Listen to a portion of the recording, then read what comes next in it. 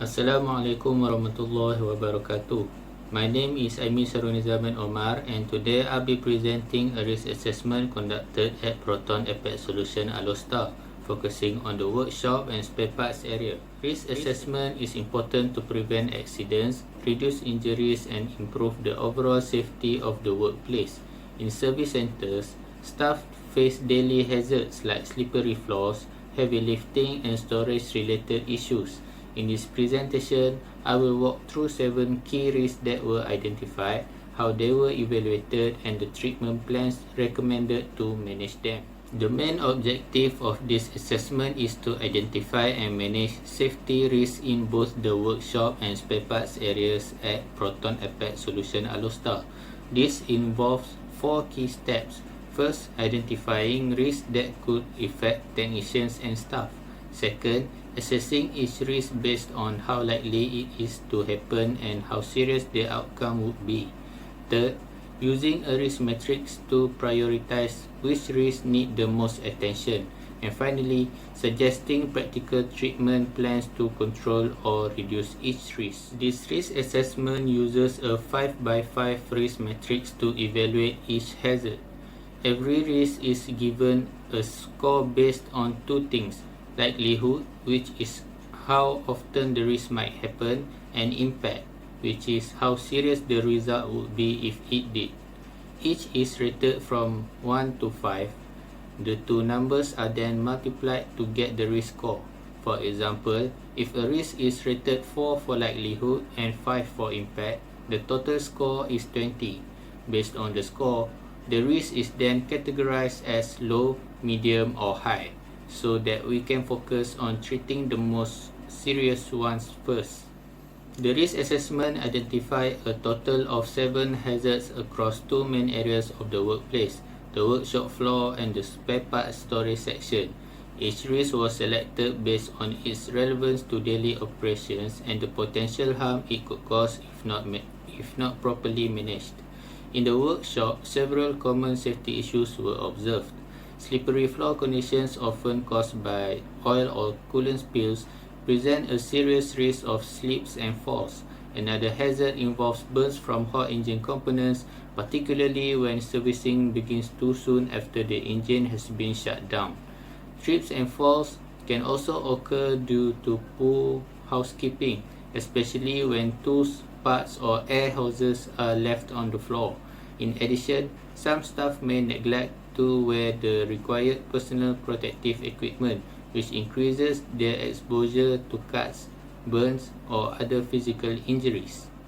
In the spare parts area, lighting conditions were found to be insufficient in certain storage sections, making it harder to locate or handle items safely. Emergency exits and walkways were sometimes blocked by parts or packaging materials, posing a risk during evacuation or movement through the area. Manual handling of heavy or awkward items without proper lifting techniques or equipment was also identified as a common cause of muscle strain or back injuries. All of these risks were evaluated using the risk matrix, and most of them fall under the high or medium risk category, which means they require action and close monitoring. Each risk in this assessment comes with a treatment plan that focuses on reducing the chance of accidents and improving workplace safety. Most of the solutions are practical and easy to apply in the daily routine. For the workshop area, cleaning schedules and anti-slip mats help reduce the risk of slipping. Staff are also reminded to act quickly when spills happen. To prevent burns from engine parts, technicians are encouraged to wait until the engine cools down and use warning signs if needed. For trip hazards, the plan includes better tool storage and regular floor checks to keep the work area clear. PPE issues are handled through regular safety briefings and on-the-spot reminders to make sure everyone wears the correct gear. In the spare parts area, better lighting reduces the risk of handling errors. Brighter lights and regular maintenance checks are part of the plan. To keep emergency walkways clear, the layout is reviewed and staff are reminded to keep paths free from obstacles. For manual handling, staff are given trolleys and shown the proper way to lift and carry heavy items safely. All of these steps are realistic and suitable for the current work environment. When followed consistently, they can reduce risk and help create a safer, more efficient workplace. Most of the risks identified in this assessment were rated as either high or medium. This shows that while the workplace is generally under control, there are still several safety issues that need attention. Trip, slip, and manual handling risks were the most common across both the workshop and spare parts areas.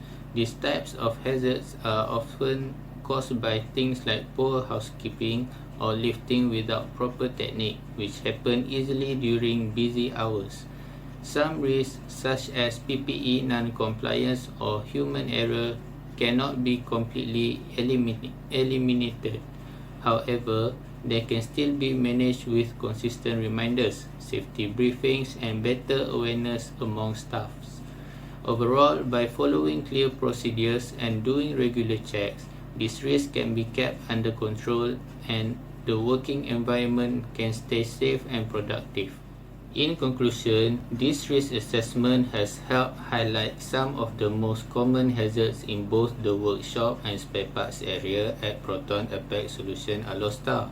A total of 7 risks were identified, and each one was given a practical treatment plan to reduce its impact and improve safety.